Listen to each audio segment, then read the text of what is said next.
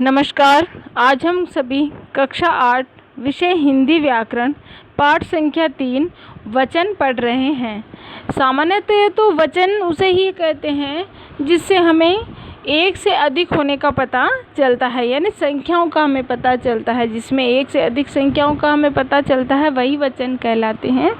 वचन जो है वो दो प्रकार के होते हैं हिंदी भाषा में, एक वचन और बहुवचन होते हैं।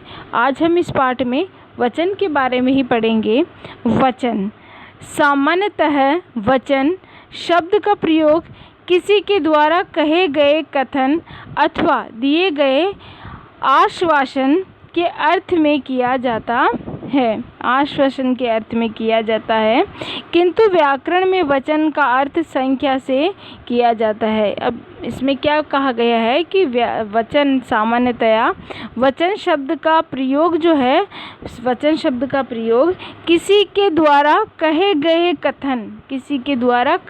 कथन अथवा दिए गए आश्वासन के अर्थ में किया जाता है, किंतु व्याकरण में वचन का अर्थ संख्या से किया जाता है। व्याकरण में जो वचन का अर्थ है वह संख्या से किया जाता है। अभी मैंने आपको पहले बताया था वचन के जो प्रकार है वो दो होते हैं। वचन के प्रकार इसमें कितने बताए गए हैं? दो प्रकार बताए गए हैं, एक वचन और बहुवचन बताया गया है।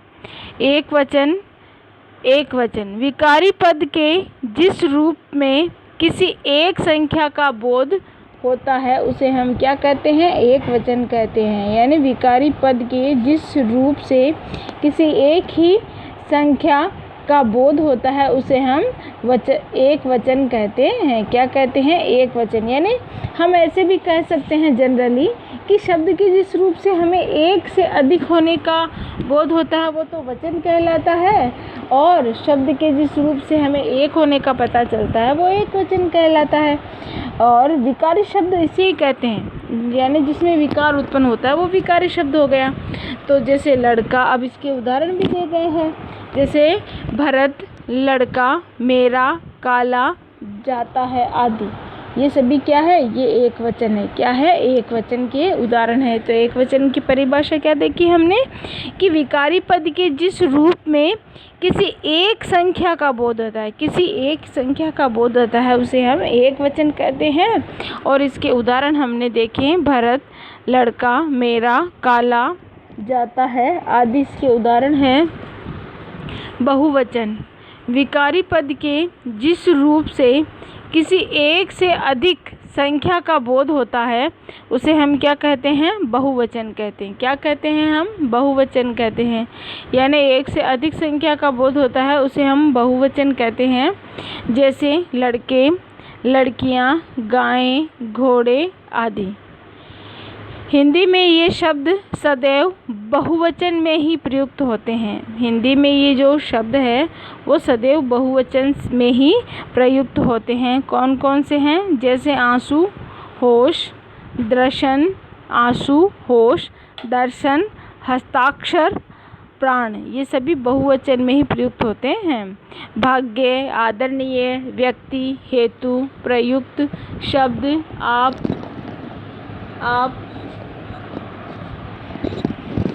दाम, समाचार, बाल, लोक, चाल, हालचाल आदि। ये जो सभी शब्द हमने भी पढ़े ये सभी बहुवचन में ही प्रयुक्त होते हैं। वचन परिवर्तन देखेंगे हम।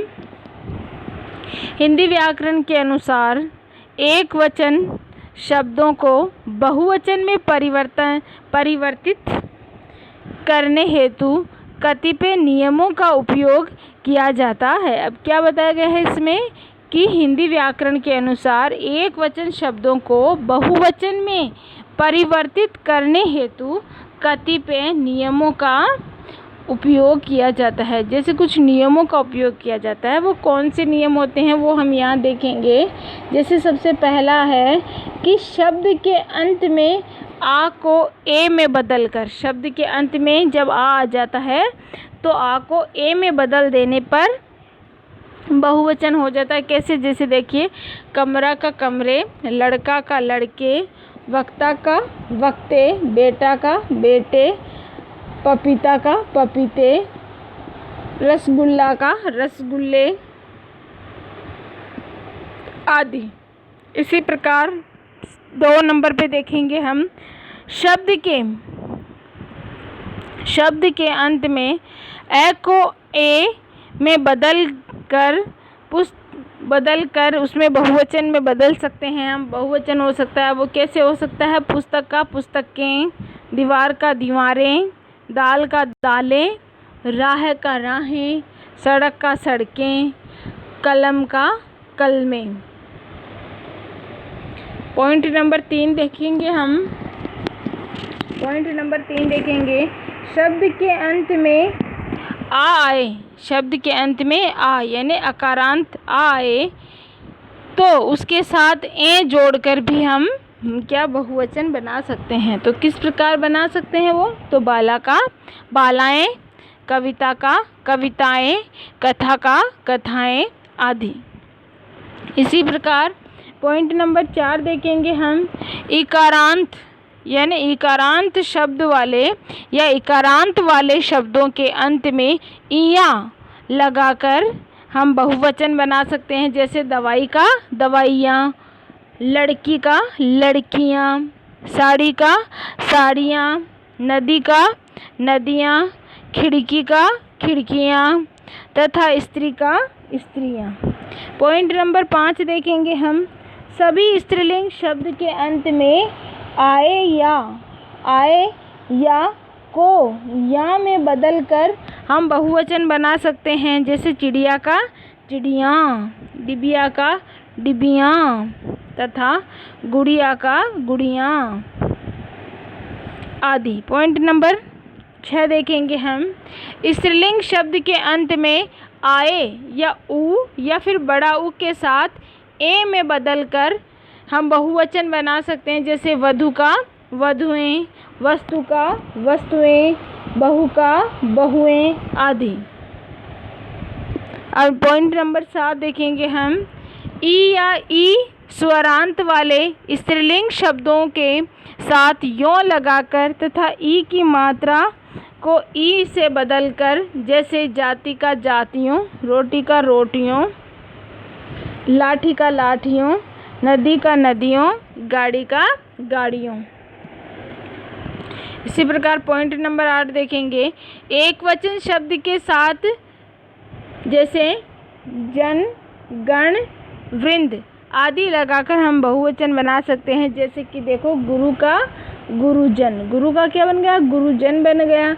अध्यापक का अध्यापक गण बन गया। लेखक का लेखक वृंद बन गया। युवक का युवाजन हो गया।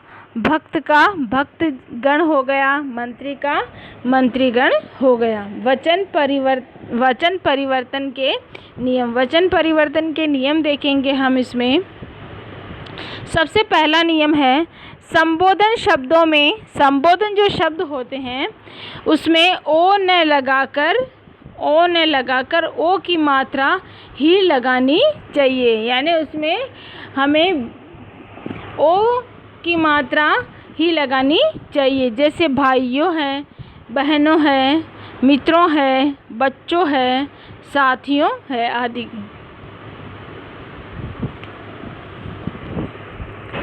आगे देखिए पॉइंट नंबर 2 पे।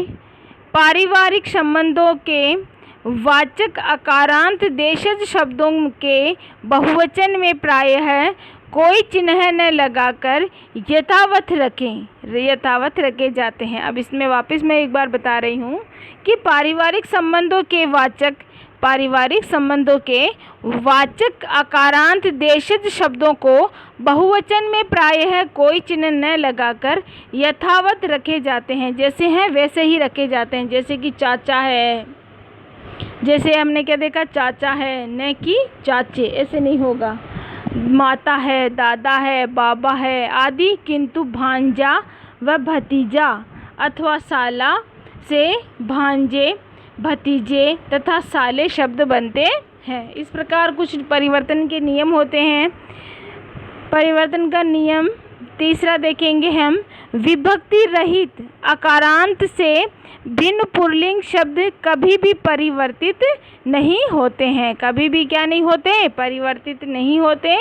जैसे बालक, फूल, अतिथि, हाथी, व्यक्ति, कवि, आदमी, सन्यासी, साधु, पशु, जंतु, डाकू, उल्लू, फोटो, मोर, शेर, पति, हाथी, मोती, गुरु, शत्रु, भालू, आलू, चाकू, रेडियो आदि। पॉइंट नंबर 4 देखेंगे हम। विदेशी शब्दों के हिंदी में बहुवचन हिंदी भाषा के व्याकरण के अनुसार बनाए जाने चाहिए। अब इसमें क्या बताया गया है? पॉइंट नंबर 4 में बताया गया परिवर्तन के नियम में कि विदेशी शब्दों के हिंदी में बहुवचन हिंदी भाषा के व्याकरण के अनुसार ही बनाए जाने चाहिए। जैसे स्कूल से स्कूलों न कि स्कूल्स बनेगा, यानी हिंदी भाषा के व्याकरण के अनुसार ही बनाने चाहिए। जैसे स्कूल से स्कूलों बना, न कि हमें स्कूल्स बनाना, ऐसे स्कूल्स नहीं बना सकते हम, स्कूलों ही इसको बनाएंगे। जैसे कागज़ से कागजों बनाएंगे, न कि हम कागजात बनाएंगे। तो इस प्रकार हमने परिवर्तन के कुछ नियम पढ़े। अब अंतिम नियम है वो देखेंगे हम।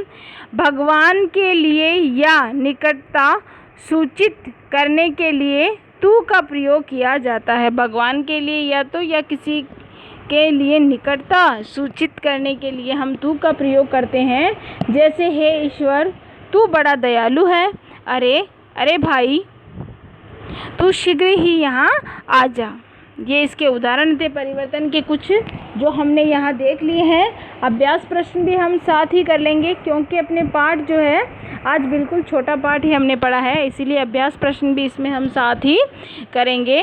सबसे पहले हम देखेंगे बहुविकलात्मक प्रश्न देखेंगे। वचन के भेद बिल्कुल सरल है। हमने अभी ऊपर देखा वचन के 2 ही भेद होते हैं, 2 ही पढ़े हैं हमने, तो वचन के 2 ही होते हैं प्रकार। तो इसमें बस ही हो जाएगा। एक संख्या का बोध कराने वाले को कहा जाता है, हम सभी जानते हैं, ऐसे ही होगा। इसमें एक वचन होगा। सदैव बहुवचन में प्रयुक्त होने वाला शब्द कौन सा है? सदैव बहुवचन में कौन सा प्रयुक्त होता है? सोना, लड़का, बादल या फिर आंसू। कौन सा होता है? हम सभी जानते हैं आंसू होता है। अभी हमने ऊपर पढ़ा ना, तो तीसरे में क्या आ जाएगा? द आ जाएगा। इसी प्रकार 4 नंबर पे देखिए, सदैव एक वचन में प्रयुक्त होने वाला शब्द बताइए। जो सदैव एक वचन में ही प्रयुक्त होता है या प्रयोग में लिया जाता है, उस शब्द को हमें बताना है। जैसे गाय, घोड़ा, सोना, इनमें से कोई नहीं। तो 4 नंबर में अपने आ जाएगा स, सही हो जाएगा। कौन सा सही हो जाएगा? स। सोना जो है वो सदैव एक वचन में ही प्रयुक्त होता है। जल शब्द है। जल शब्द क्या है? एक वचन है या फिर बहुवचन है या द्विवचन है या फिर इनमें से कोई नहीं। तो जल जो है वो क्या है? एक वचन है। क्या है?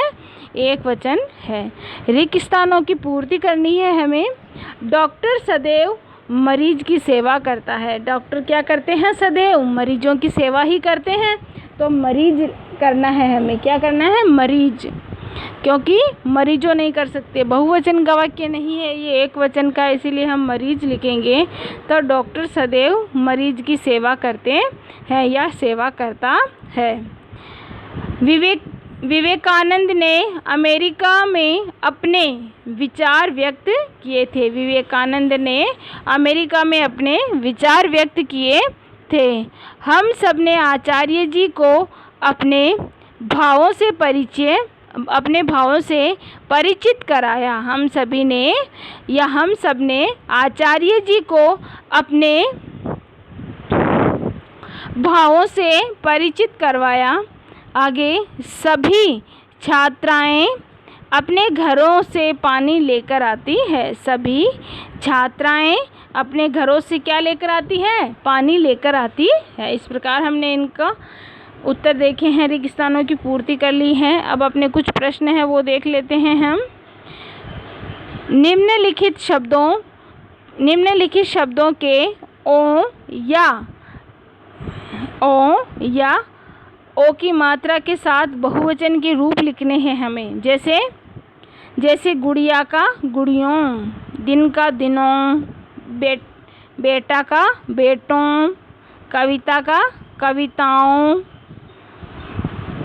कमरा का कमरों, पुस्तक का पुस्तकों, सड़क का सड़कों, कलम का कलमें, दाल का दालों, कथा का कथाओं। प्रश्न संख्या 2 देखेंगे। रेखांकित शब्दों के वचन परिवर्तित करके पुनः वाक्य रचना कीजिए। वचन परिवर्तन करना है या वचन परिवर्तित करना है और पुनः इसके हमें क्या बनाने हैं, वापस वाक्य बनाने। जैसे केंद्र की सरकार ने शिक्षा में सुधारों को किया, तो इसका सही होगा केंद्र की सरकार ने शिक्षा में सुधार किया, ऐसे होगा इसमें। दूसरा है जैसे भारतीय सेना अजय है, तो हमें क्या इसमें लिखना है, भारतीय सेनाएं अजय है। इसी प्रकार हम इसमें देखेंगे में सभी जन सुखी रहें ऐसे मेरे विचार हैं, तो इसमें होगा सभी जन सुखी रहें ऐसा मेरा विचार है। इसी प्रकार दीपावली का दीपक अंधेरा दूर करता है, परंतु सुदेश से होगा जैसे दीपावली के दीपक अंधेरा दूर करते हैं, यानी कुछ में वचन परिवर्तन ही करना है, जिसमें वचन को हमें सही करना है। अगर एक वचन नहीं है तो हमें एक वचन बनाना है, बहुवचन नहीं है तो हमें क्या करना है, बहुवचन बनाना है। क्या करना है, बहुवचन बनाना है। प्रश्न संख्या 3 देखेंगे सभी। शब्दांश आ के स्थान पर ए लगाकर निम्न शब्दों को पुनः लिखिए। निम्न शब्दों को क्या करना है, हमें पुनः लिखना है। जैसे कपड़ा का कपड़े, जूता का जूते, कमरा का कमरे, पपीता का पपीते, बस्ता का बस्ते, बेटा का बेटे, गोला का गोले, धोखा के धोखे, पैसा पैसे, कंधा कंधे। इस प्रकार बहुवचन में परिवर्तन कर दिया है हमने। प्रश्न संख्या 4 देखेंगे हम। निम्नलिखित शब्दों के अंत में आ के स्थान पर ए जोड़कर नए बहुवचन शब्द बनाए। जैसे शब्द है अपने छात्रा, बाला, शाला, कविता, माता। अब इसमें बनेंगे छात्राएं, बालाएं, शालाएं, कविताएं, माताएं। इस प्रकार बनते हैं अपने शब्द। प्रश्न संख्या 5 देखेंगे हम।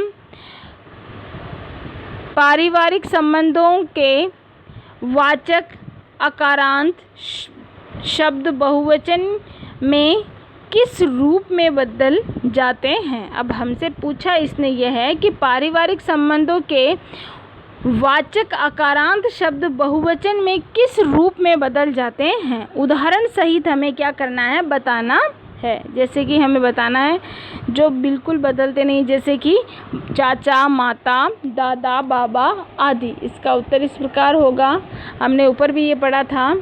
पारिवारिक संबंधों वाले शब्द जैसे भांजा, भतीजा, साला आदि के बहुवचन रूप क्या होंगे बहुवचन रूप, तो ये होंगे इसमें भांजे, भतीजे, साले आदि। ऐसे 2 शब्द लिखिए जो सदैव एक वचन में रहते हैं। तो माता और जो दादा है वो सदैव किस में रहते हैं, एक वचन में ही रहते हैं। गण और वर्ग लगाकर बहुवचन के 2 शब्द बनाकर लिखिए। तो इसमें हम 2 शब्द बनाकर लिख सकते हैं, जैसे कि भक्तगण, अध्यापक गण, युवा वर्ग, कृषक वर्ग। उ बड़ा ऊ के स्थान पर ए लगाकर 2 स्त्रीलिंग बहुवचन शब्द बनाइए। तो वस्तु का वस्तुएं, वधु का वधुएं। इस प्रकार हमारा जो पाठ था ये छोटा ही था, इसलिए आज हमने ये पाठ भी पढ़ लिया है और इसके जो अभ्यास प्रश्न थे वो भी हमने कर लिए हैं। इस प्रकार अपने जो पाठ है ये समाप्त हो चुका है। धन्यवाद।